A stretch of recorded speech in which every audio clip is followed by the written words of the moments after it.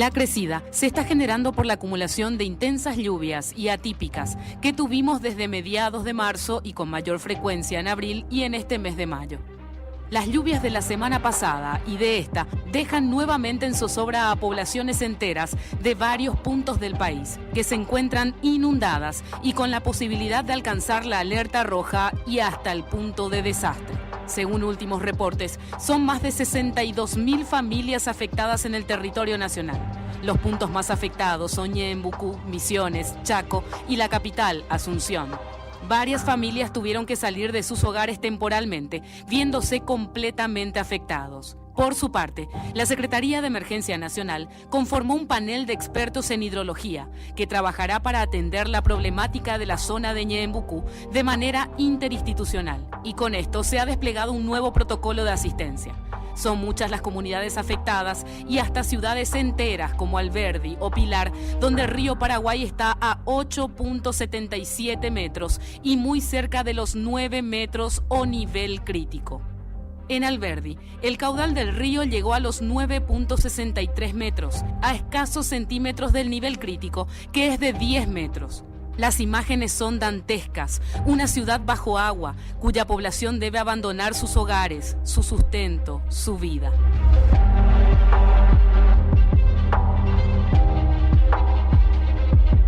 Mientras tanto, la situación en la capital del país es que estamos a pocos centímetros del nivel de desastre. El dato proveído por la Dirección de Meteorología e Hidrología indica que el 10 de junio se espera que llegue a los 7.67 metros en Asunción. Por otro lado, en Presidente Hayes y Alto Paraguay, Chaco, la situación es menos gravosa. Están aisladas comunidades enteras, en especial comunidades indígenas, y ya han fallecido 3 niños y 2 adultos por la falta de asistencia médica. Según Hidrología, para este trimestre último, incluido el mes de junio entrante, existiría una posibilidad del 74% de contar con el evento El Niño, por lo que se estima que las lluvias seguirán y el río continuará subiendo.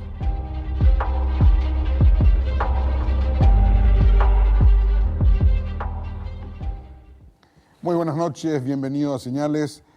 Patricia Vargas, mi compañera, está un poquito indispuesta de salud, así que esta noche estará con nosotros mi también compañero y amigo Fito Cabral. ¿Qué tal, Fito? ¿Cómo estás? Buenas noches, Germán. Un placer estar acá y que se recupere pronto, Pati. Que se recupere pronto. No, lo va a hacer, seguro, seguro. Bueno, ahí ustedes veían el informe inicial. Vamos a hablar sobre las inundaciones, que nos golpea todos los años, pero aparentemente este año un poco más fuerte. Ministro de Emergencia Nacional, Joaquín Roa. ¿Qué tal, Joaquín? ¿Cómo estás? Buenas noches. Muy buenas noches, Germán. Un placer estar en tu programa, Fito, y quienes nos acompañan en la mesa. El ministro interino de Salud, el padre Velasco y el doctor Allende. Un gusto estar en tu programa. Viceministro de Salud, Julio Rolón. ¿Qué tal, Julio? ¿Cómo estás? ¿Qué tal, Germán? Gracias por la invitación. Pito, compañeros, a la audiencia, un saludo. Director del área social de la Municipalidad de Asunción, Iván Allende. ¿Qué tal, Iván? ¿Cómo estás? Buenas noches, Germán. Saludos a Fito y a los compañeros de este Bueno, panel. el padre Velasco es un operador fuertísimo de la zona del Bañado de Tacumbú. Así que muchas gracias, padre, por venir al programa. Gracias a ustedes y yo también me encuentro muy a gusto con los compañeros que están acá y yo soy un damnificado.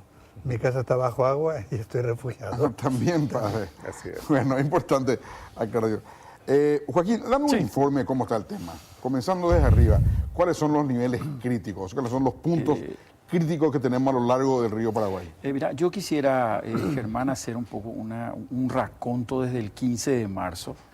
En donde del 15 al 20 de marzo cayeron entre 200 y 300 milímetros, ¿verdad? En donde fue afectado el presidente Hayes, Alto Paraguay, bueno, Concepción, Amambay, Paraguay, Itapúa, no hay problema. Pero en este listado yo tengo departamentos que viraron, como se dice normalmente. Entre el 5 y el 20 de abril cayeron 120, 180 y 80 milímetros.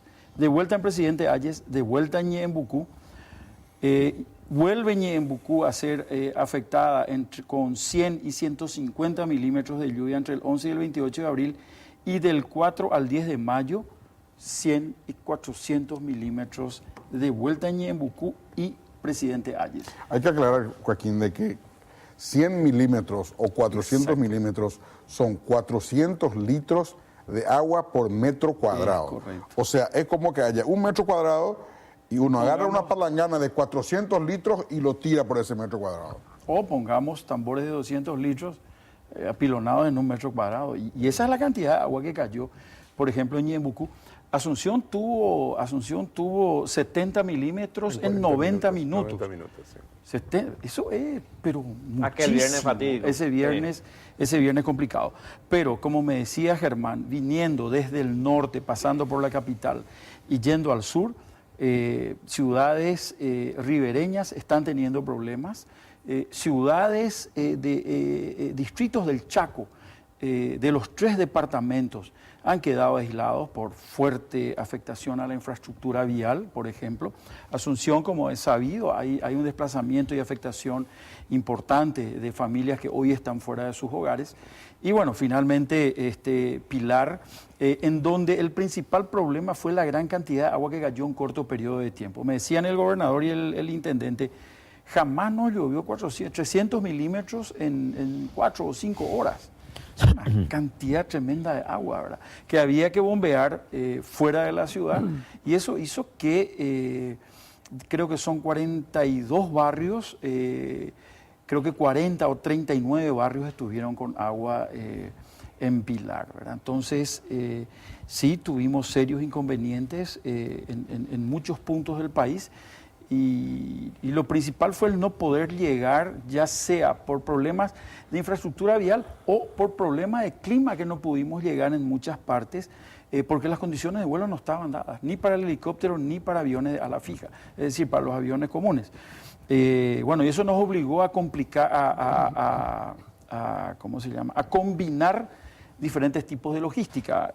Por ejemplo, para el norte, para Bahía Negra, tuvimos que, y Puerto Casado y toda esa zona, fuimos por tierra hasta Vallemí. Desde Vallemí subimos por barco hasta esas localidades. Desde ahí, cuando el clima permitió, con aviones de la Fuerza Aérea, donde conseguíamos pista, pudimos llegar. Y de igual manera, al sur del país, ¿verdad? Pudimos llegar hasta la capital Pilar, pero no así a los 15 distritos que estuvieron en un momento dado con serísimos problemas de infraestructura vial. Hoy te puedo decir de que solamente nos quedan Villafranca, Villa Oliva y General Díaz por asistir. Ya hemos llegado a todos los distritos con una primera ronda en donde hasta la fecha llevamos 428.000 kilogramos de alimentos. ¿Sabes, Germán, la logística que implica esto, ¿verdad? No es poca cosa. Ahora, sobre sí. el punto de logística, porque hay la plata para todo eso. Sí, claro, por eso estoy operando. Porque viste que vos no tenés la plata en caja. No. Vos no tenés la plata si se necesita. Claro. Bueno, se necesitó la plata, Sí, ahora señor. se necesita. Tengo la plata. Hay la plata. Hay la plata. Te da Hacienda la Me plata. da Hacienda. El viernes estuve con el ministro interino Llamosas haciendo los arreglos porque estamos enviando una draga de porte importante a apoyar las tareas que está haciendo la draga de ANNP a efectos de tirar hidromezcla a la cara que está siendo afectada por el oleaje de los fuertes vientos en Pilar, en la zona de manufactura, y el paso de embarcaciones de gran porte. Si bien estamos coordinando con la Armada, con el mismo almirante Velázquez, la reducción de la velocidad, la ralentización de los remolcadores que están subiendo o bajando el río Paraguay. Para que tiren menos olas, ¿verdad? Mañana entra en funcionamiento esta draga que tiene una capacidad de succión, me decían, de 23 metros de profundidad. Mis técnicos que están allá, lo vamos a hacer con el Ministerio de Obras Públicas. Yo no tengo la expertise ni la condición, te digo como secretaría, ¿verdad? Técnica para fiscalizar un trabajo de este tipo. Es así que el ministro Bins me ha facilitado los técnicos de Obras Públicas, quienes van a estar fiscalizando el trabajo de ambas dragas, ¿verdad? A efectos de fortalecer un poco la pared externa del muro de Pilar. Entonces, ese es un poco el panorama en el cual estamos inmersos. Padre Velasco, ¿cuál es tu versión? ¿Cómo están las cosas en Tacumbú? Bueno, yo pienso en Asunción, he vivido 9 inundaciones. La primera, la famosa de 83, que subió más de 9 metros, y esa la viví como espectador. Después, 8 inundaciones he vivido siendo ya párroco de Bañado Tacumbú y como un vecino más, ¿verdad? en 3 inundaciones incluso yo viví en los refugios, como un damnificado más, y sé lo que es vivir ahí, ¿verdad? Ahora, como ya tengo más de 70 años, ya soy cobarde y ya me refugio en la crucita, ¿verdad? Es decir, que lo que veo es la gente afectada. Es decir, en Asunción, en este momento son 20.000 familias, en el 87 éramos mucho menos, en el Bañado Tacumbú no llegábamos a 1.000 familias, ahora somos 2.800, ¿verdad? Entonces, el tema es qué pasa con estas familias que cuando hay inundación quedan profundamente afectadas y en múltiples dimensiones de su vida, familiar, salud, educación, todo, ¿verdad? Y es un evento ya muy conocido, muy sabido, que yo creo que se puede prevenir mucho mejor, se pueden tomar los recaudos y las medidas con tiempo, ¿verdad? Y eso es lo que yo he hecho en falta, es decir, la falta de prevención. Este año comenzamos el 25 de marzo la 5ª inundación, indudablemente que vivimos una situación tremendamente difícil. 5 inundaciones en 5 años, ¿verdad? Anteriormente estuvimos 17 años sin inundación, otro evento totalmente atípico, ¿verdad? Pero las inundaciones las conocemos de sobra. ¿Qué es lo que hay que hacer? Lo primero que hay que hacer es prever un poco el lugar donde se va a ir, con qué medios se cuenta para ir a ese lugar. La provisión de lo más indispensable, que es el techo y la pared de terciada y agua y luz, agua y baños y duchas, lo más elemental, ¿verdad? En esas cosas siempre hemos sufrido mucho y en esta vez también se ha sufrido muchísimo. Es decir, llega el momento, no sabemos si nos van a dejar, si no nos van a dejar, si podemos entrar, si no podemos entrar. Entran 100 familias, hay 400 que están esperando. Esas 400 a veces han tenido que esperar 1 semana, 2 semanas ya con agua, a veces ancianos. Hemos llegado a sacar gente con muchos problemas ya con lancha al final. Es decir, y llegábamos al refugio, no había baños, no había duchas. Al final de un mes de estar ahí, había un promedio de un baño para cada 20 familias, 18 familias al mes. En los primeros 15 días, menos, ¿no? Y una ducha para cada 40 familias. Entonces, vivir hacinados, vivir a veces sin terciadas, sin techo, vivir sin baños, sin duchas. Eso es una cosa durísima. Insalubre. Y yo no pienso solamente en el Bañado Tacumbú, es decir, yo pienso en los bañados de Asunción y también me duele lo que pasa en Pilar, lo que pasa en otra parte, ¿verdad? Pero sobre todo en Asunción yo creo que es totalmente previsible, es decir, la película la sabemos de sobra, ¿no?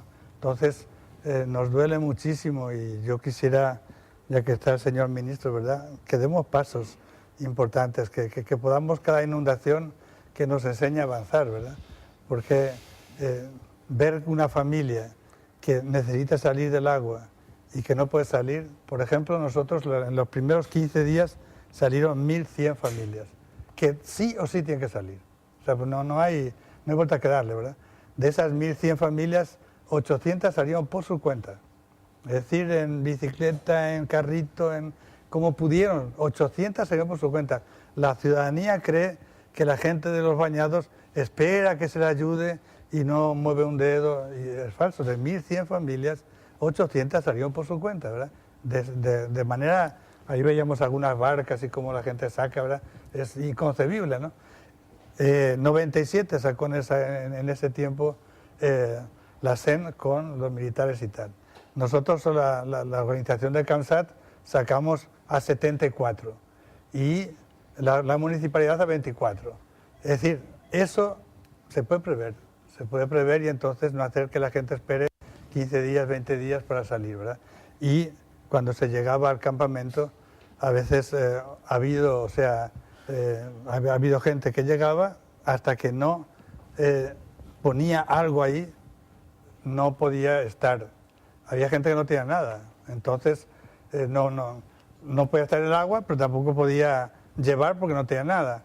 tenía 4 palos, 4 tal, se puso, llovía y hubo gente que estuvo una semana o 2 debajo de un árbol, sin nada. Entonces yo no quiero ser, no busco ninguna pelea, ¿verdad? Yo creo que lo que se trata es que son ciudadanos asuncenos, son como nosotros, y lo que sufre un asunceno cuando se inunda es terrible, es terrible. Y cuando eso se puede prever, yo creo que hay que preverlo. Y también trabajar con la ciudadanía. Claro. Es que, Iván, la municipalidad que está haciendo primero, y segundo, o primero, ¿tiene recursos o es nada más que una buenas intenciones lo que tiene la municipalidad? No, en primer lugar es importante, así como le preguntaste a Joaquín, las cifras, ¿verdad? En Asunción tenemos, de acuerdo a nuestro último reporte, pues tenemos una dirección de riesgo que tiene recursos, ¿verdad?, para manejarse en este tipo de situaciones, con un presupuesto anual de más de 12.000 millones de guaraníes, que están prácticamente ejecutados al 100% a estas alturas. Entonces, claro que hay recursos en la municipalidad y fue lo que se utilizó para movilizar a esas más de 13.000 familias que tenemos desplazadas de acuerdo a nuestro último reporte. Probablemente estemos en la cifra sobrepasando las 14.000 porque ese reporte se hizo con el río a 7,46 metros y estamos con el río por encima de los 7,50 metros y cada centímetro es ciudad invadida por las aguas, ¿verdad? Y población que tiene que salir con un elemento muy particular. Ahora la gente que debe salir del agua tiene viviendas mucho más consolidadas, eso es más costoso. Es más, nos están planteando quedarse y empezar a construir puentes elevados, ¿verdad?, de madera dentro de las mismas comunidades. El costo es enorme. Acá podemos hablar de cómo mejorar las condiciones de vida dentro de los albergues, porque acá, como está mencionando el padre Velasco, hay condiciones que no son adecuadas, hay recomendaciones internacionales que el país suscribió y hoy no estamos llegando a esos indicadores. Entonces la gente necesita sanitarios, ducheros, necesita bachas para limpiar su ropa, estamos en esa situación. Ya estábamos en una fase de organización de los albergues cuando ocurrió el fenómeno climático del 10 de mayo, ese viernes 10 de mayo, donde lo que ocurrió fue sobre todo el desborde de los arroyos de la ciudad, que afectó a una gran cantidad de personas, de familias que viven en los linderos de esos arroyos, ¿verdad? Incluso en el área de dominio de protección de esos arroyos. Nos obligó a reevacuar albergues que fueron alcanzados por las aguas. Entonces, tenemos más de 110, 118 albergues activos en este momento en la ciudad de Asunción. Más del 30% de estos albergues ocupan veredas y espacios públicos. Los albergues formales, los tradicionales, los que fueron ocupados históricamente por estas 9 inundaciones que mencionó el padre Pedro, están prácticamente al límite de su capacidad. Si el río sigue subiendo, vamos a necesitar más espacios, ¿verdad? Entonces, en este momento, los costos nos exceden. De hecho, hay un proceso de ampliación del presupuesto para la Dirección General de Gestión de Riesgos en la municipalidad. Hay un pedido de declaración de emergencia para la capital y los departamentos que están siendo más afectados, que también implica una ampliación del presupuesto de la Secretaría de Emergencia Nacional. Bueno, y estamos esperando eso para seguir teniendo recursos. La previsión es que tengamos a familias desplazadas y en condiciones precarias por muchos meses. Entonces tenemos que realmente poner eso sobre la mesa del Estado Nacional para poder ir empatando las necesidades de las familias que están desplazadas hoy. O sea, esto viene para rato. Para rato. Va a seguir subiendo el río de acuerdo a hidrología. Correcto. En Pilar va a llegar a 9,10 metros, en Asunción creo que va a llegar a cerca de los 8 metros. O sea, lo que reclama el padre Velasco me parece que es desde el punto de vista de un damnificado que vivió las inundaciones y vivió en un albergue, es que sabiendo cuáles son las previsiones, que habíamos hablado con el ministro Roa en más de una oportunidad, ¿verdad? ¿Cómo funciona el Estado paraguayo cuando se sabe y hay previsiones científicas de lo que va a ocurrir? Sobre el punto nomás quiero decirte de que lo que nos espera a futuro está en directa relación a la cantidad de lluvia que vuelva a caer. Y cuantificar la cantidad de lluvia que vuelva a caer es un poco complicado, ¿verdad? Sí sabemos que va a llover, pero yo no sé la cantidad exacta de agua que va a caer. Lo que ocurrió pero hidrología en Pilar, tiene una previsión, ministro. No, son modelos y son pronósticos, Sí. ¿verdad? Entonces, con un muy margen de error, difícil, 20 centímetros para arriba, 20 centímetros para abajo. Eso se incluye en la proyección de niveles del río Paraguay.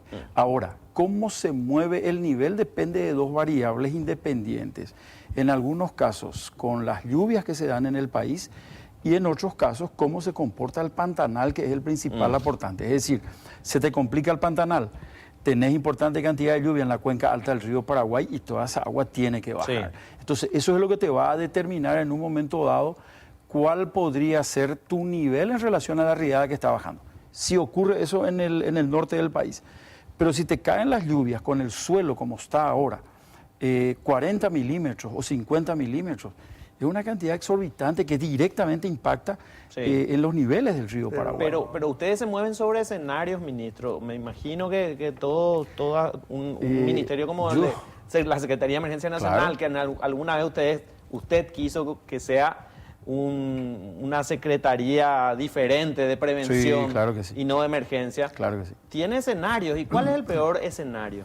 El peor escenario es cuando todo se te complica. Ahora, las variables que hacen al peor escenario, es complicado que yo te diga. Es decir, el ejemplo de Asunción, y a lo mejor el doctor Allende puede darnos luz sobre el tema.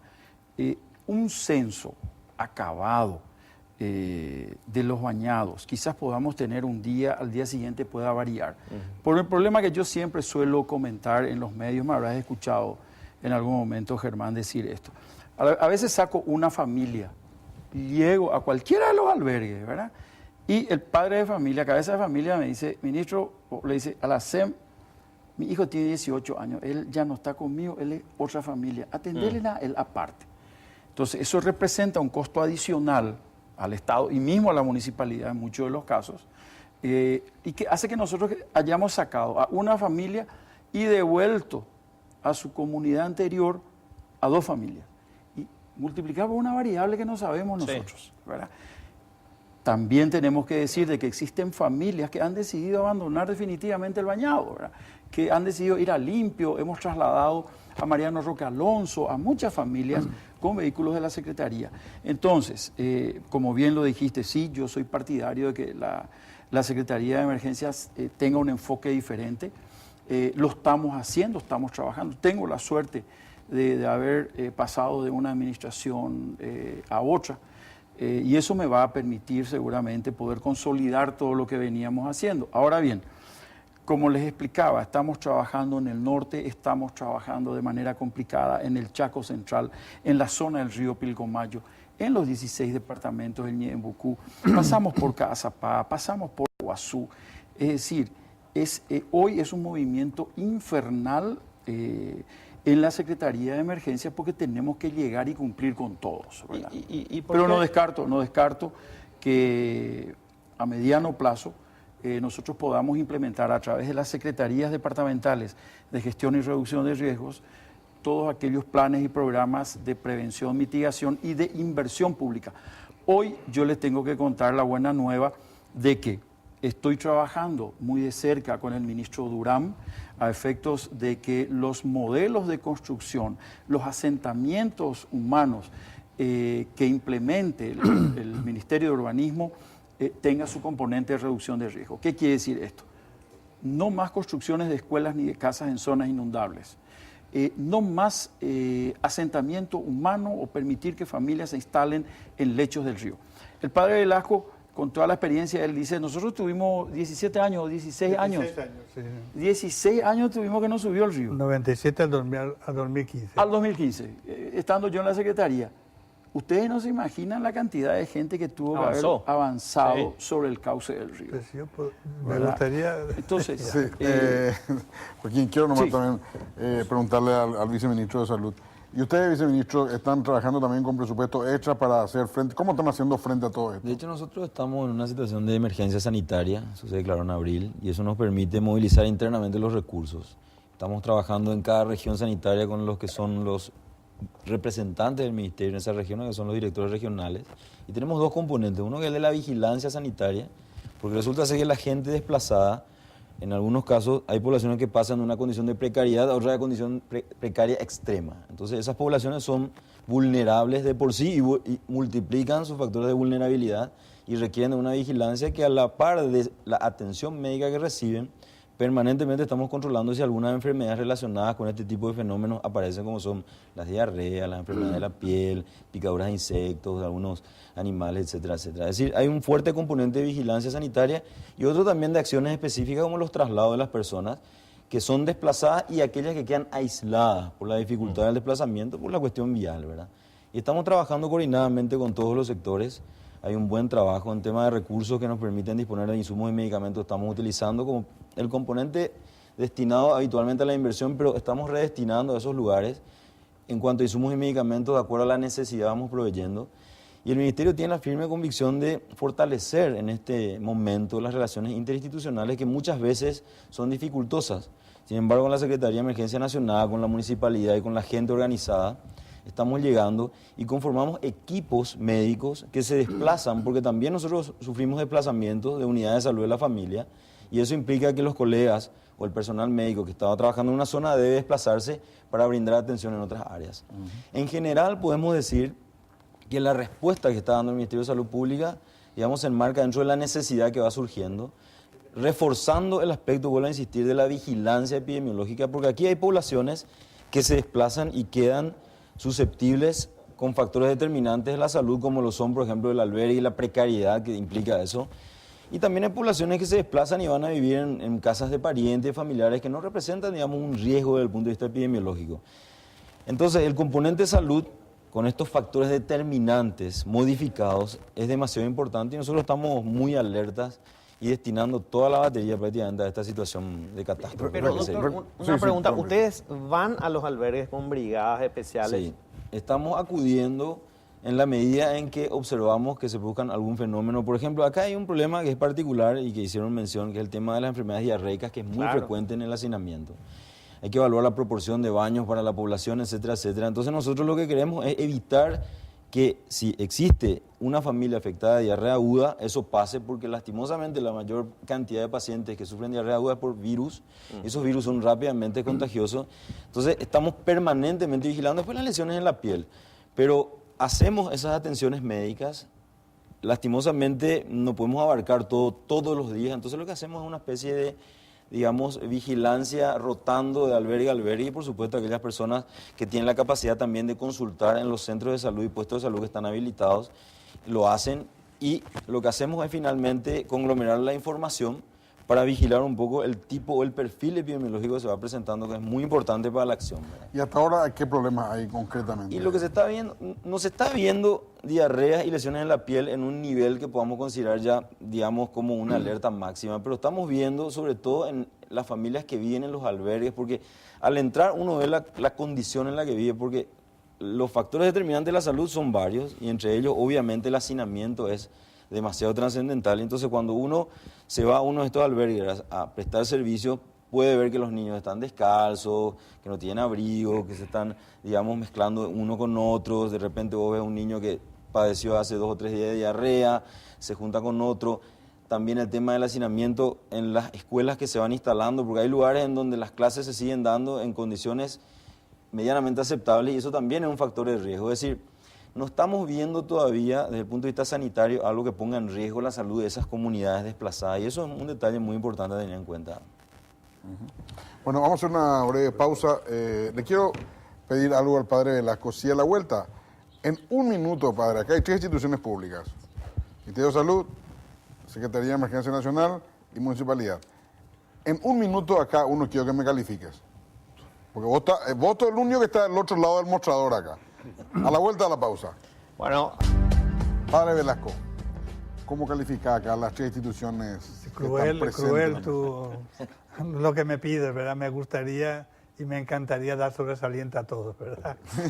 Pero desde la gente, desde los pobres, desde nuestros compatriotas que sufren, que a veces se habla poéticamente de vulnerables, de tal, son gente paraguaya, nuestros hermanos, nuestros conciudadanos, en situaciones, como decía el doctor, descalzos, sin alimentación, sin baños, sin duchas. Es un sufrimiento terrible, son víctimas, ¿no? Entonces, desde ese punto de vista, indudablemente que yo les aplazaría a todos. Pero quiero fundamentar por ser. Yo creo que las inundaciones en Asunción, sobre todo, se puede prever, lo digo con mucho, humildemente le digo, pero no, es decir, creo que uno sabe en Asunción que este año son 20.000 familias. El año que viene pueden ser 22, bueno, 22.500, pero más o menos, sin equivocarnos, un 5% sabemos, ¿verdad? En Tacumbú sabemos perfectamente. Se hizo un censo hace 2 años, 2.517 familias. Ahora a lo mejor son 2.530, ¿verdad? Pero eso no hace al caso, ¿verdad? Primero hay que saber dónde esas familias van a ir. Sabemos que van a ir a RI14, bueno, no hay otro sitio, ¿verdad? Entonces, yo hace años, cuando no existía la SEN y he estado en estas inundaciones, ha habido veces que hemos medido los sitios donde teníamos que ir y hemos pagado a un ingeniero para que haga un loteamiento, lo hemos hecho un planito, ¿verdad?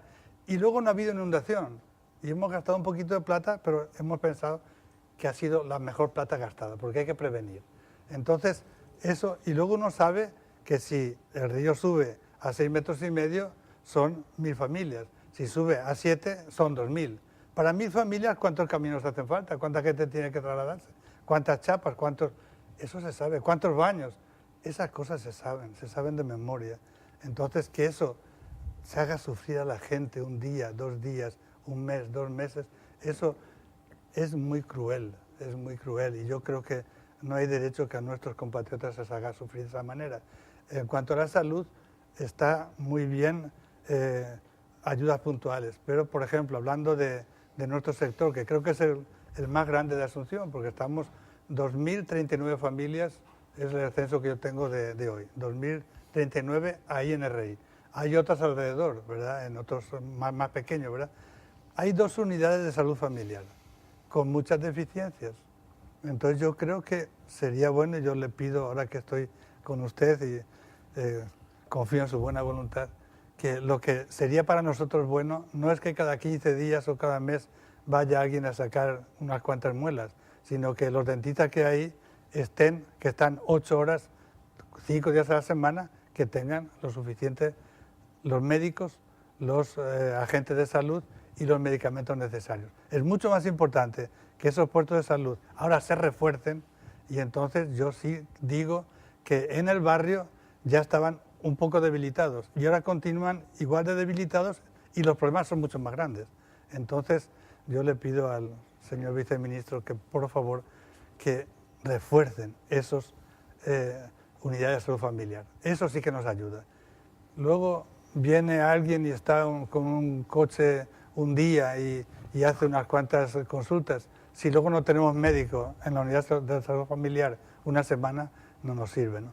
Entonces yo no quiero ser malo de la película, pero realmente cada vez que estoy con la gente, y a veces me dan ganas de llorar cuando veo el sufrimiento de personas que digo, es un paraguayo, y es mi compatriota, y es mi hermano, y es mi amigo, y es diferente de verlo en estadísticas. En estadísticas, las estadísticas se aguantan todo, pero el tú a tú, y yo creo que tenemos un desafío grande ahora en la emergencia, tratarla humanamente para que cosas que se pueden superar se superen. Y luego pensar en la solución definitiva, la franja costera. Pongámonos todas las pilas y hagamos una franja costera, y lo que decíamos de que se está viendo de que no se ocupen esos lugares, etcétera, yo estoy de acuerdo 100%, porque se han ido ocupando porque la gente necesitaba un sitio donde ir y a veces por malos manejos de todo tipo, ¿verdad? Ahora, entonces, 8 o 9 inundaciones, decías, padre. 9 desde el 83. Desde el 83. Y 8 que yo he vivido, que yo Sí. he estado ahí. Y la Municipalidad de Asunción hizo un cálculo que creo que Marcos Cáceres hizo el cálculo, que si se hubiera invertido en una franja costera, hubiera salido mucho menos dinero que todo lo que se gastó en estas emergencias, en estas 8 inundaciones, 9 inundaciones. Sí, bueno, y justamente eso está vinculado a lo que el padre Velasco acaba de mencionar, ¿verdad? Ustedes saben que hay un plan maestro que está circulando desde los años 90, o sea, más de 25 años de un plan maestro que justamente fue diseñado para resolver el problema de las crecidas del río.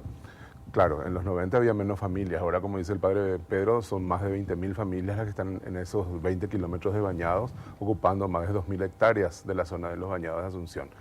Ya hubo posibilidades de financiamiento de las obras en 2 ocasiones que fue desperdiciada por cuestiones que tal vez no valga al caso venir a discutirlos en este panel en particular. En este momento hay esfuerzos, hay un memorándum de entendimiento firmado entre el presidente de la República, el intendente de la ciudad de Asunción, con muchos testigos, tanto del Poder Legislativo, el Judicial, la Iglesia, ¿verdad? El arzobispo me dio bastante para que eso se dé, que apunta justamente a no poner más palos en la rueda a las obras de Franja Costera. Y de hecho, y muy vinculado a esta emergencia en particular, es de que, por ejemplo, para el Bañado de Tacumbú hay un avance importante en materia de la solución definitiva para esas 2.600 familias que fueron censadas, ¿verdad?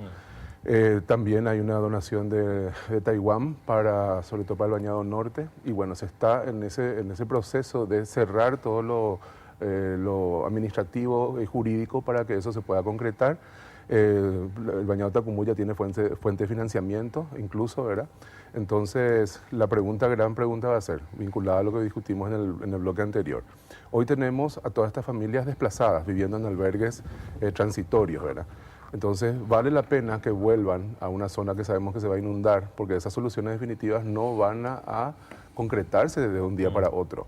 Probablemente estas familias vuelvan a pasar por 2 crecidas o 3 crecidas hasta que tengan su techo, ¿verdad? En una zona no inundable. Entonces, es el momento de hablar seriamente de los albergues semipermanentes, albergues modelo, ¿verdad? Y eso implica inversión. Entonces, hoy estas familias probablemente tengan ya, de hecho, en el Bañado Tacumbú saben y son conscientes de que van a ser luego relocalizadas en forma transitoria por al menos 2 años mientras dure la construcción, una vez que el refulado esté terminado en ese sector. Entonces, son situaciones que hay que discutirlas ahora porque tenemos estos quinquenios que se cruzan entre los gobiernos locales y el gobierno central, ¿verdad? Ahora estamos terminando el quinquenio Mario Ferreiro, acaba de comenzar el quinquenio Mario Abdo, ¿verdad? Y bueno, hay que ir concretando estos planes que son estatales, ¿verdad? Son políticas de Estado coordinadas porque es necesario realmente invertir en este tipo de situaciones. Podemos debatir las causas, pero lo real es que hoy tenemos 26.000 familias, alrededor de 26.000 familias de los bañados de Asunción que no tienen ahora dónde irse. O sea, uno dice, bueno, ¿por qué no vuelven a los pueblos originarios? Ya son gente que nació aquí, son la 3ª, la 4ª generación de los migrados del campo, ya están aquí, ya tienen aquí su mecanismo de reproducción social, se van a quedar, piden que las soluciones de vivienda sean en los lugares donde ya construyeron una identidad, y eso me parece absolutamente lógico, es respaldado por los derechos humanos, y bueno, tenemos que obrar en consecuencia como Estado y coordinar los esfuerzos y los recursos, ¿verdad? Que no es sencillo. Un segundito, porque se salvó el doctor Allende de la evaluación del país. Todo le aplazó. El padre le aplazó a todo, en general. Es importante nomás de que también se comente y se diga de que el primer brazo operativo en todo este tema es la Municipalidad de Asunción. Nosotros estamos para apoyarle a la municipalidad cuando la MUNI dice, bueno, me pueden ayudar. Entonces, es un trabajo conjunto y mucho, y el doctor Allende trabajó en varias reuniones con el mismo intendente y conmigo. Buscamos los territorios en la ciudad de Asunción. Ellos son los dueños del territorio, ¿verdad? Entonces, es complicado porque la gente no quiere irse a limpio. Porque perfectamente podemos arrendar, no sé, 6, 7 hectáreas en, qué sé yo, en Gran Asunción, ¿verdad? Pero la gente no se quiere ir. Entonces, buscar un territorio que pueda albergar a 2.000, 2.500 familias es complicado. Y el tema de las Fuerzas Armadas, por un tema de seguridad, eso se habilita gradualmente. Entonces, es un conglomerado de variables que hay que manejar finalmente, ¿verdad? Y bueno, y fuiste evaluado también con nosotros. Claro.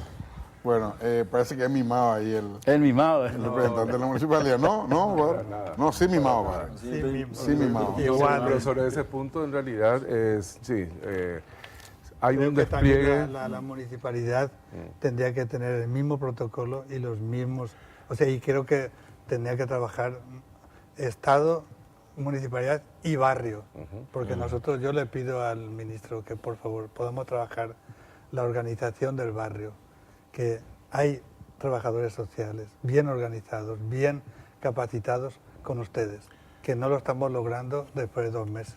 Ya, aprovecho la oportunidad, yo creo que va a ser posible. Claro. Claro, ahí les voy a defender una cuestión sí, institucional, pero si me tenemos que- permitís. estamos con el tiempo, un segundo. Cada crecida nos ministro encuentra en también. realidad con más organización, porque de verdad creemos de que vamos aprendiendo de las crecidas anteriores, ¿verdad? Por ejemplo, en esta crecida se activaron los centros municipales que tienen arraigo territorial. Tenemos 7 de los 11 centros municipales en zona inundable, que están trabajando codo a codo con la Secretaría de Emergencia Nacional y con el equipo de gestión de riesgo de la municipalidad en acompañar las necesidades de las familias desplazadas, desde su evacuación hasta su organización dentro de los albergues.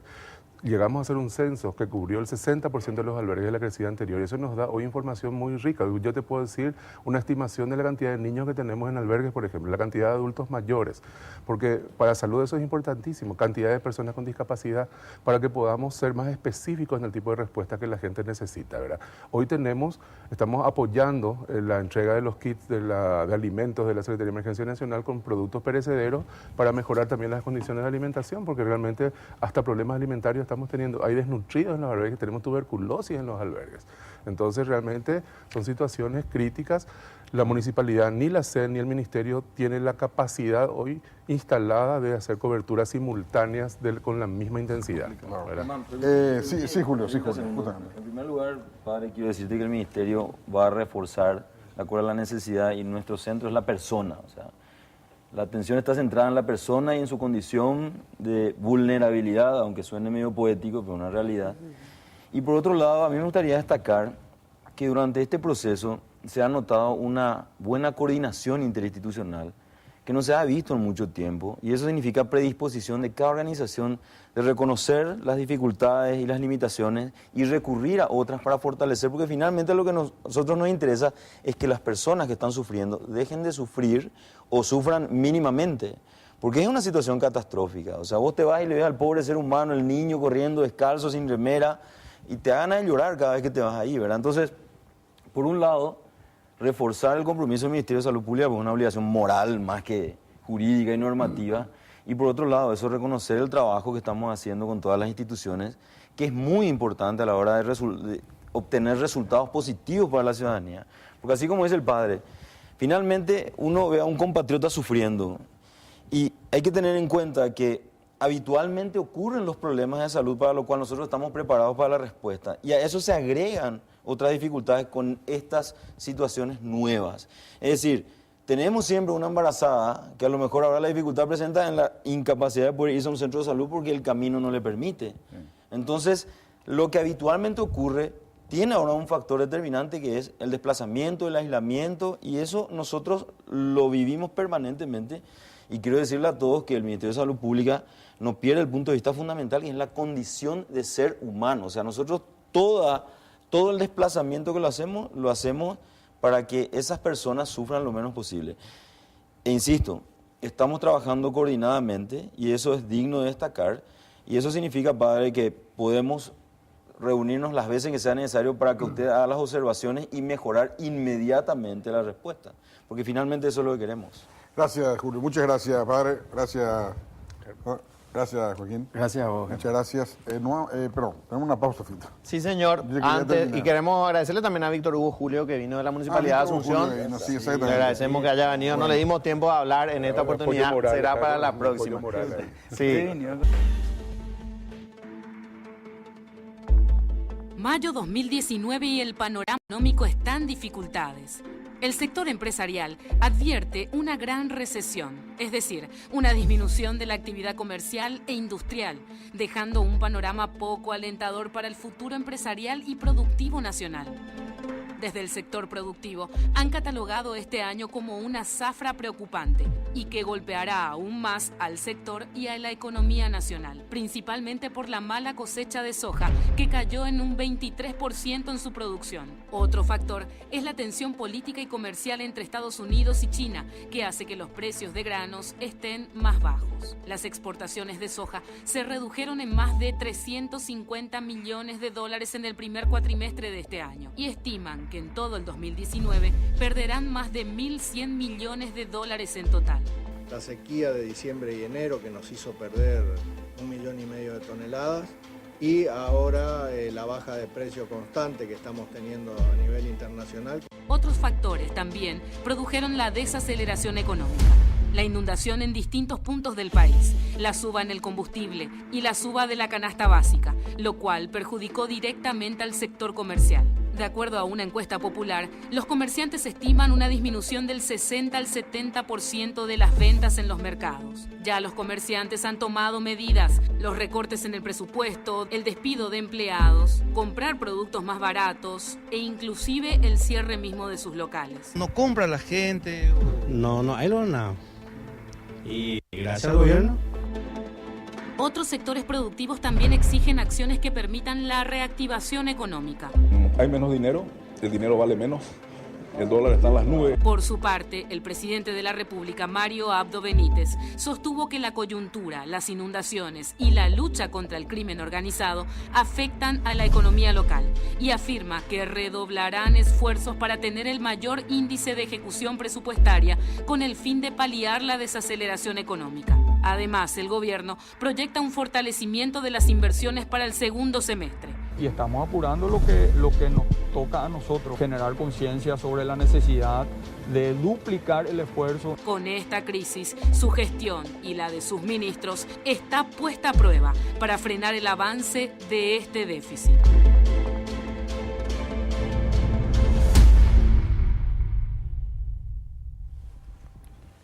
Bueno, si hay algo de lo que me gusta hablar sin entender mucho, pero creo entender, que es una situación medio complicada, pero en fin, así me siento cuando hablo de economía. Vamos a hablar de economía. Quiero agradecer la presencia en los estudios del canal del economista Rubén Ramírez Lescano. ¿Qué tal, Rubén? ¿Cómo estás? Un placer, Germán. Fito, un gusto estar con ustedes esta noche. Un placer estar con estos distinguidísimos colegas del sector productivo. Bueno, el productor sojero Héctor Cristaldo es presidente de la Unión de Gremios de la Producción. ¿Qué tal, Héctor? ¿Cómo estás? Buenas noches, Germán, Fito, buenas noches a la audiencia. Un gusto compartir acá con los panelistas. Ernesto Figueredo es presidente de la Comisión de, a ver si digo bien, Comercio y Servicios del Paraguay. ¿Qué tal, Ernesto? ¿Cómo estás? Buenas noches. Bien, Germán, gracias por la invitación, Fito también, y encantado de compartir con ustedes esta noche. Bueno, lo primero que quiero decir, Fito, es un razonamiento básico y sencillo. Las grandes revoluciones se hicieron por problemas económicos. Las grandes revoluciones comenzaron a partir de una crisis económica. Así de grave es la crisis económica para los países del mundo. Luis XVI cayó por una crisis económica en Francia y los Estados Unidos se independizó del Reino Unido por una crisis económica. Para poner nada más que dos ejemplos así muy sencillos. Entonces le quiero preguntar a nuestros invitados, voy a comenzar con Rubén, que es economista, ¿cómo está hoy? ¿Cuán de grave es nuestra situación, nuestra crisis, Rubén? Nuestra situación amerita una serie de decisiones contundentes que marquen el sendero y el camino que va a tomar nuestra economía.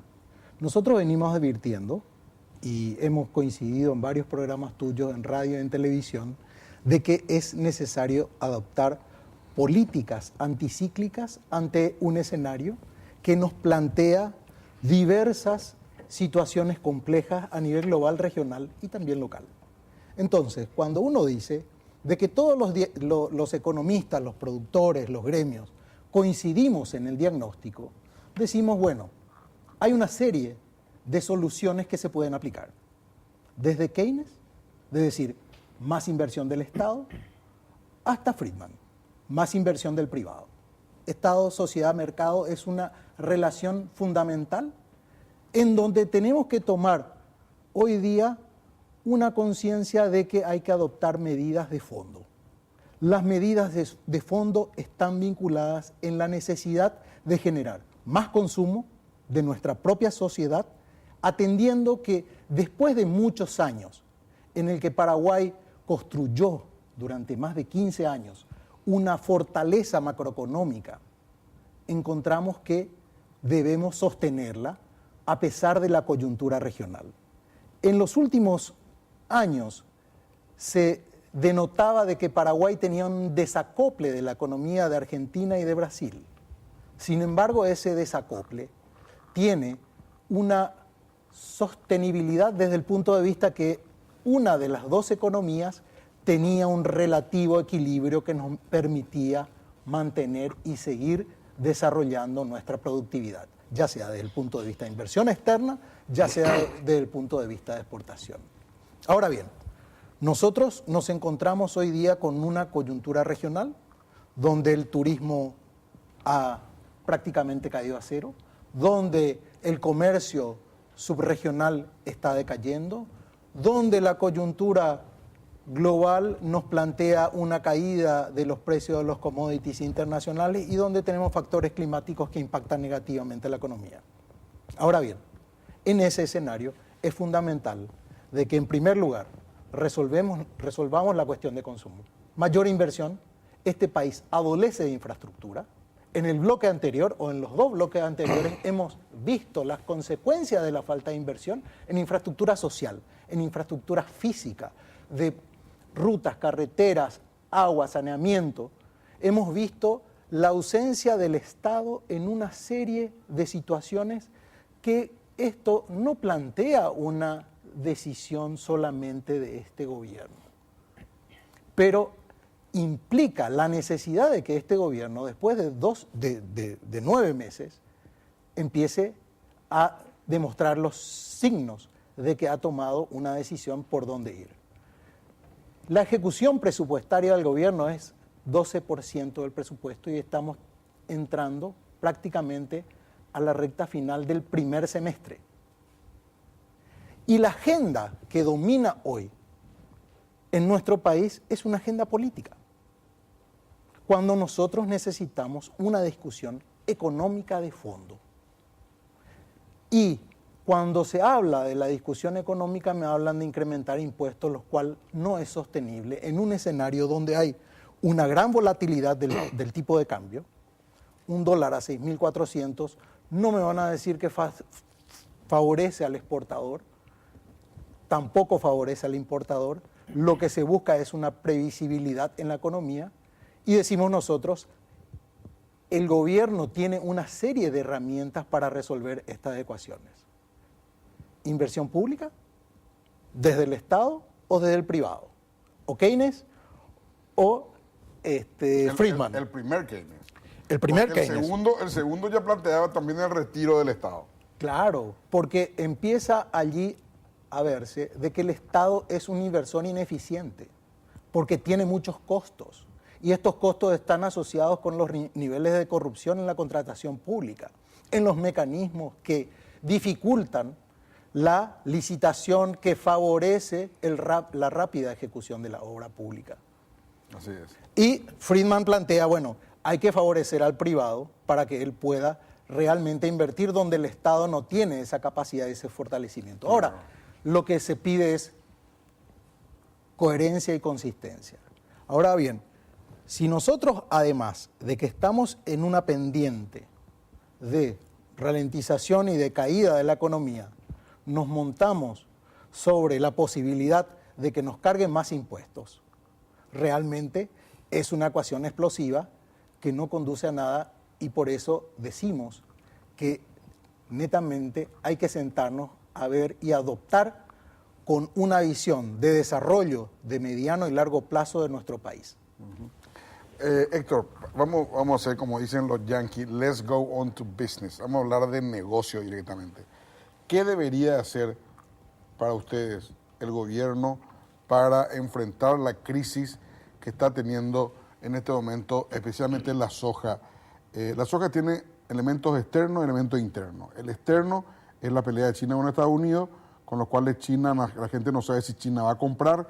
Hay una epidemia del cerdo en China muy grande, entonces los cerdos consumen gran parte de la soja que compra China. Entonces eso, vamos a decir que enfrió la demanda mundial con respecto a la soja. Y internamente hay sequía y caían los precios por culpa del tema chino y otros factores. ¿Qué propuestas concretas ustedes tienen para hacerle al gobierno, Héctor? Primero coincido con Rubén que la economía venía desacoplada de los vaivenes políticos y iba con piloto automático. En este momento, por esos factores externos que están señalando, sumado a las tarifas que se aplican mutuamente entre Estados Unidos y China hizo que caiga un 25% adicional independientemente de la oferta o demanda. Porque Chicago cayó 25% porque la soja americana vale 25% menos por la tarifa. Entonces, nosotros tenemos componentes adicionales y a eso sumarle la contingencia del clima que hace 7 años no teníamos. Sequía no hubo desde el 2012. Entonces llegamos a las producciones que superaban las 10 millones de toneladas. Hoy estamos en 7.850.000. Hay una caída de 2.400.000 toneladas que hacen que se sienta en la economía. Está dejando de entrar 1.300 millones de dólares, va a dejar de entrar. 350 ya está cantado como consumado. Eso hace que el dólar haya subido y que las cosas importadas le cuesten más caro a la gente. ¿Por qué? Porque en Paraguay un año de mala cosecha es un mal año económico y si la soja no sale bien, la economía se resiente, el dólar se dispara y hay un efecto en toda la cadena. Los comercios no están vendiendo porque el agricultor también se va y compra en esos comercios cuando tiene plata y hoy no tiene plata.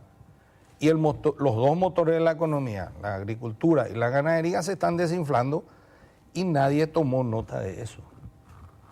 Entonces es complicado el tema. Nosotros lo que pedimos, hace 2 semanas ya anunciamos los números de la caída del 23% de la producción, de la caída del 20% de los precios. Es el peor precio en 11 años con los costos actualizados ahora. Entonces el escenario es todo lo que podía salir mal, está saliendo mal. Es hora que nos sentemos y pongamos en la agenda económica como prioridad número 1 el tema económico, trabajemos junto con el gobierno y enfrentemos, porque de este problema se sale solamente trabajando. Y así como se ve con los resultados de la rentabilidad baja, hay una pérdida de capital operativo de los productores que no van a tener condiciones de sembrar en septiembre. Y septiembre está acá a la vuelta de la esquina. Hay que volver a potenciar eso para que puedan seguir trabajando en su finca. Acá el gran desafío es que nadie deje de trabajar porque solamente trabajando vamos a superar esto. ¿Y qué propuestas, Héctor, ustedes gobierno? Vamos a suponer que hoy está el presidente Marito enfrente tuyo y vos tenés para aplicarle qué propuesta. ¿Qué propuesta vos le dirías? ¿Cuál es la propuesta de Hay ustedes? 2 frentes que hay que trabajar al mismo tiempo. Uno, el tema financiero. Reponer ese capital operativo de la gente que perdió. Porque ¿A través de qué? ¿A través de más créditos? A través de financiamiento, a través de los bancos, calzando esas necesidades. Y la refinanciación, porque hay gente que viene con cuotas. Pero eso ya sacó una resolución del Banco Central permitiendo la refinanciación. Correcto, pero eso es para los nuevos. Y el que tenía su cuota hoy y no puede pagar, su cuota número 4 desde el 2015 está refinanciado. La cuota 5, la última del año que viene. Esta no va a poder pagar, va a quedar fuera del sistema. O vamos a patear al 2021 esa cuota y que pague el 20. O sea, eso es una resolución del Banco Central. Son decisiones, no sé yo el mecanismo exacto, pero son decisiones que hay que tomar, pero hay que sentarse a conversar cuál es lo más conveniente para el país. ¿Y por qué no se sientan a conversar? ¿Qué pasa con Mario Audo Benítez que no se sienta a conversar con ustedes? Nosotros... O Benigno López o no sé quién. Lo que pasa es que la economía no está en la agenda de nadie, de los tomadores de decisión, todavía como una prioridad. Está como una cosa colateral. Y hoy es una prioridad porque si no la gente... Septiembre tiene que plantar. Y septiembre estamos a 4 meses. O sea, en este momento el productor tiene que tener plata para septiembre. Para julio, agosto, para poder plantar en septiembre. Ah, empieza ya en septiembre. Claro, en septiembre ya se está trabajando. Y hay que darle los vencimientos que eran el 30 de abril, se pateó al 30 de junio los bancos haciendo artilugio. Están pateando 60 días esperando a ver qué se resuelve. Pero tenemos que sentarnos, urge sentarse a plantear. Y el otro es desburocratizar y facilitar los trámites. Hay muchos trámites que complejizan muchas cosas. De repente me llama un productor de Itapúa, me dice, tengo todo listo para mi refinanciación, mi flujo cierra, mi garantía cierra, pero me piden una auditoría ambiental, que no está en ninguna ley. ¿Y quién hace eso? y tener que contratar un consultor, es un trámite que lleva 3, 4 meses. No, pero ¿quién le dice que necesita eso? Y el banco le exige, porque hay una exigencia también de Banco Central de la ASEAN, no se sabe, hay una maraña. Entonces, esa maraña hay que desenredar para ver que se cumpla con la ley lo que corresponde y lo que no está en la ley que no se ponga como exigencia. ¿Cuál es la deuda de los sojeros en este momento? Es difícil, se habla de cerca de 3.000 millones de dólares la deuda del sector. Y la descapitalización anda por los 250 millones de dólares. Plata que se puso para el cultivo y se vendió y se perdió plata. Bueno, Ernesto, usted el servicio, sabemos que el servicio es gran parte de la producción del país, del Producto Interno Bruto, ¿verdad? Y bueno, vos acabas de asumir la presidencia, ¿verdad? Así es, Germán. Estoy tomando la posta de Beltrán en la Cámara Nacional. Sí, exacto. Bueno, ¿y cómo ven ustedes? Coincido plenamente con Héctor y con Rubén. Creo que el actor político tiene que entender que se apagaron los motores que teníamos hace muchos años, ¿verdad? Esos motores que hacían que la política estaba acá y la economía funcionaba en piloto automático, como decía Héctor. Estamos ante un nuevo escenario diferente y además con un escenario en donde van a haber cambios muy bruscos. Esto que está pasando con China y Estados Unidos no es un tema menor y está generando un dinamismo y un cambio de ritmo que no estamos acostumbrados. Entonces, a nivel externo en la región tenemos estos fuertes shocks, pero también tenemos un shock externo un poco más allá con estos grandes líderes. Entonces, necesitamos ser un poco más creativos. Y el liderazgo político, en este caso del presidente, es clave, porque hay nuevos escenarios que no estaban hace por lo menos 7, 8 años. La economía funcionaba de alguna manera en automático, porque Paraguay se graduó en la primaria con la macro, ¿no? La macro es fundamental para tener un país ordenado, ya nos graduamos de eso, pero ahora tenemos que pasar a secundaria, que es la parte más compleja de la economía, ir a la segunda etapa. Y esa segunda etapa tenemos que conversar entre el actor político y los agentes económicos, que son las empresas y los diferentes gremios. Entonces eso requiere un liderazgo, un liderazgo a más alto nivel, porque este escenario es un escenario muy complejo y va a requerir las mejores mentes y las mejores alianzas para poder crear mecanismos, primero de corto, para poder salir lo más rápido y no sobreexponer lo negativo también. Porque Paraguay, estamos en una posición relativamente privilegiada con un escenario macro que estamos bien. Tenemos las reservas, tenemos una deuda controlada. Es muy diferente lo que está pasando Brasil, lo que está pasando Argentina, lo que pasa con Bolivia, que se consumió todas sus reservas.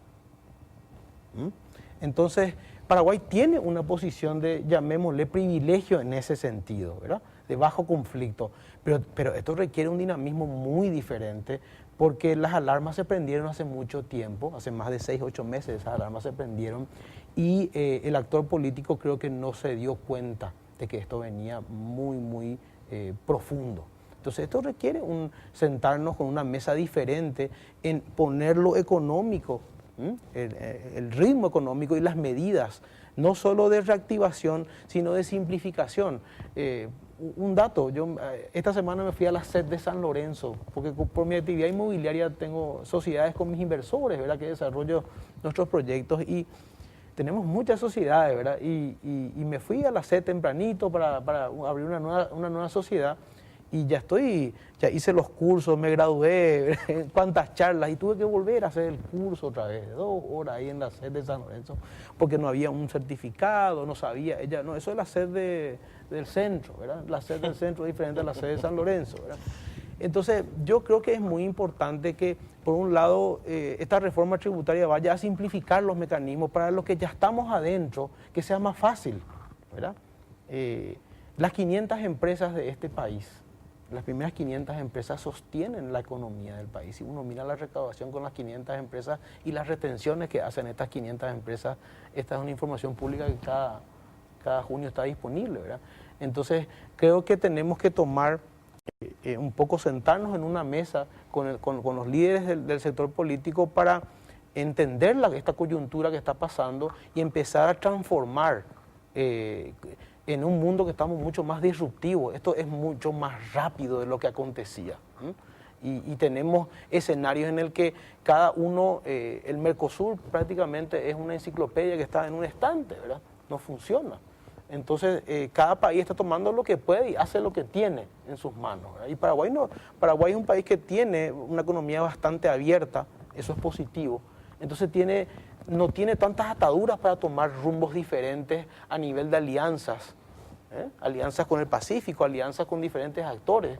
Está el tema de China continental. Yo no sé si es un momento de empezar a pensar en eso, ¿verdad? Porque Paraguay necesita de alianzas diferentes para llenar de infraestructura a nuestro país, ¿verdad? Si infraestructura es un tema... Pero una pregunta básica, ¿podemos seguir de espaldas al mayor mercado del mundo, siendo exportador en NATO? Pero ellos yo creo que no tienen ya... China, o sea, Taiwán ya aprendió, ¿verdad? Ahora hay un paquete de 5 años, entonces se aseguran ahí los 5 años. O sea, es lo mismo que yo te diga a vos, Ernesto, yo te voy a dar 1.000 millones de guaraníes, pero vos 5 años tenés que estar conmigo y te voy a dar 200 por año. ¿Cómo salís de eso? Y hay que sentarse Es resignar a recibir una plata que ya está prometida.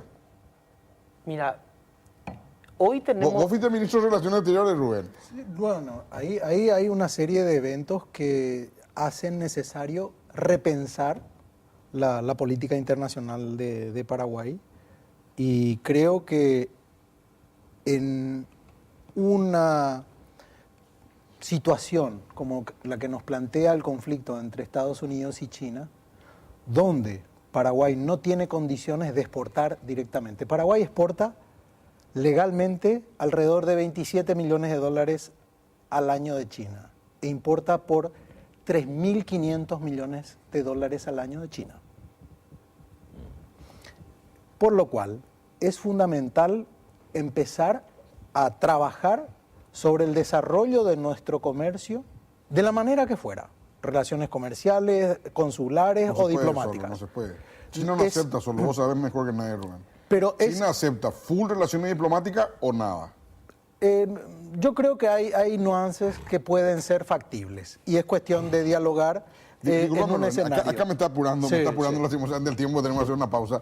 Pero le quiero dejar algo que piensen en la pausa. Yo quiero irme a los bifes y a los bifes a nivel aeroporte. Acá el presidente tiene que cambiar ministro para salir de esto. Hay que llamar a las cosas por su nombre.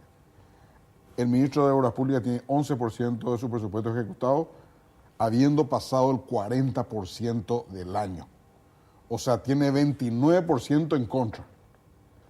Y la Secretaría de la Vivienda o el Ministerio de la Vivienda tiene 12% ejecutado, habiendo pasado el 40% del año. Entonces, quiero que me digan sobre quién tiene que ser cambiado o tiene que ser cambiado. Sin filtros de que no quiero estar mal con fulano.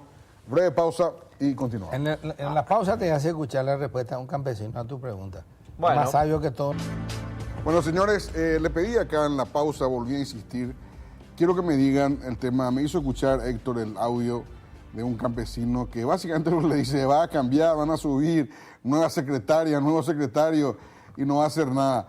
Y bueno, ahí está la discusión, ¿verdad? Voy a empezar justamente con él, que recibió este audio de este productor del interior del país. ¿Qué hay que cambiar y a quién sí hay que cambiar, Héctor? No creo que el comienzo de esta tarea de enfrentar juntos, porque nosotros planteamos al gobierno enfrentar juntos este desafío que tiene el país de dinamizar de nuevo la economía y fortalecer los sectores que están con debilidad en este momento para poder enfrentar ese desafío. Para nosotros esta es una crisis que va a llevar 24 meses recuperar, no va a ser el año que viene porque los precios están por el suelo, no se ve perspectiva, uno mira la cotización hoy a mayo del año que viene y no hay esperanza de que mejore, así a no ser que ocurra algún evento en Estados Unidos y se disparen los precios. Puede ser. O que se arregle Estados Unidos con China, pero que es lo que estuvimos esperando ¿Y ya se en marzo. arreglaron hace poco? No, ese fue el cuento. Se arreglaron temporal. Esperamos eso en marzo, abril y la mitad de la soja todavía no se vendió. Hecho inédito. Entonces, detrás de una quimera no podemos seguir. Tenemos que manejar seriamente este tema, trabajar juntos, como te digo, y después veamos quiénes son los jugadores. Para mí no pasa tanto por eso en la primera etapa de si vamos a cambiar la gente y se va a solucionar. No, no soluciona nada. Ya lo dice el campesino, vamos a tener que comenzar todo de nuevo. Entonces, tenemos que ponernos... Tenemos que tener el plan. ¿Te acuerdas Cuevita cuando entraron en el segundo tiempo? Pero no podemos seguir improvisando en este momento. Estamos en el momento de mayor volatilidad de mercado, de indefinición de precios, y tenemos que programar la siembra de septiembre para la cosecha del año que viene. Y de esa cosecha depende lo que viene, el desempeño de la economía paraguaya, porque si la cosecha sale mal y vamos a estar mal otra vez el año que viene, entonces tenemos que hacer el esfuerzo conjunto de que tengamos una buena producción y vendamos al precio que sea, pero que tengamos las 10 millones de toneladas de nuevo. Tenemos un minuto y medio acá, unos señores, me disculpa porque así se va el tiempo en televisión. Ernesto, ¿vos qué decís? Germán, me parece que cambiar o no cambiar es una decisión del presidente. Él conoce a su equipo y puede ser hasta irresponsable opinar al respecto. Y coincido con Héctor, la circunstancia nos obliga a sentarnos a hablar, a poner la agenda en primer lugar en lo económico como prioridad y lo político que tenga su agenda electoral en su momento. Pero más que cambiar es sentarnos a conversar con los actores adecuados y con los líderes de cada sector, respetando las realidades de cada sector. Pero hay que sentarse a hablar y hay que sentarse a crear mecanismos diferentes. Más de lo mismo no va a generar.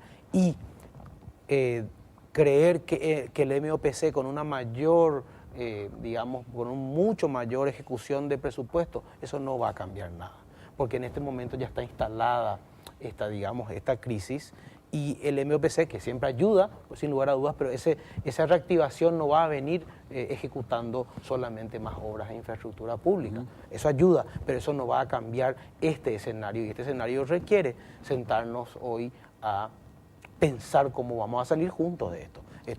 Esto no es culpa del presidente nomás, no es culpa de este sector. No. Con esos antagonismos y dividir el país, eso no tiene sentido. Ahí tenemos una Argentina dividida y un Brasil dividido políticamente. Y eso no lleva a nada. No se soluciona el problema.